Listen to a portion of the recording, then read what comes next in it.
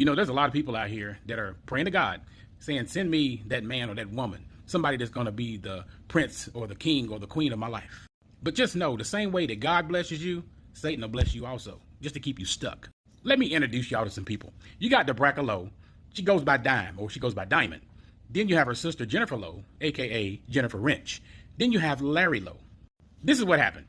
What started out as a book-face connection, it turned into a nightmare for this family that lives in Texas when a visit from Larry Lowe, who the lady barely knew, escalated into a multiple state horror story. It was filled with violence, fear, and survival.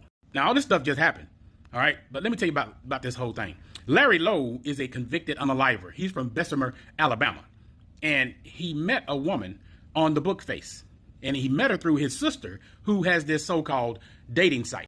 He traveled to El Paso, Texas to stay with this lady for like 17 days, right?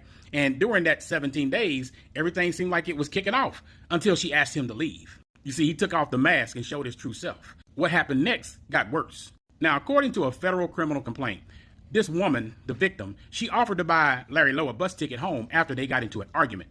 And when he learned that the ticket would be for like the next day, requiring him to sleep at the bus terminal, he became enraged. So while sitting in the backseat of her car with her two children, Lowe, he allegedly fired a shot at the woman's brother, grazing his face after one of the children pushed the weapon away. Now, this is all while they're driving. Then he fired another one, and it went through the windshield. Now, this is a 600-mile drive. And during all this, he threatened to put a bullet in the child's kneecaps. He poured alcohol on the woman and tried to light her on fire, burned her with the cigarettes. He punched one child in the face, breaking her nose. He even put body fluids on the woman in front of her children. Despite all this, the woman kept it together. So once they got to Bessemer, Alabama, he forced the lady to withdraw $400 from an ATM. Only after she drove him to his family's home did the relatives actually convince him to release that family. Now, he did go by his sister Jennifer's house, and she's online right now telling on him, whether she realized it or not. You see, before the family even convinced him to let him go, it was both the sisters and another person who was supposedly on street narcotics, right? They strung out. They all benefited from all of this. I think that this whole book-face dating thing was a setup.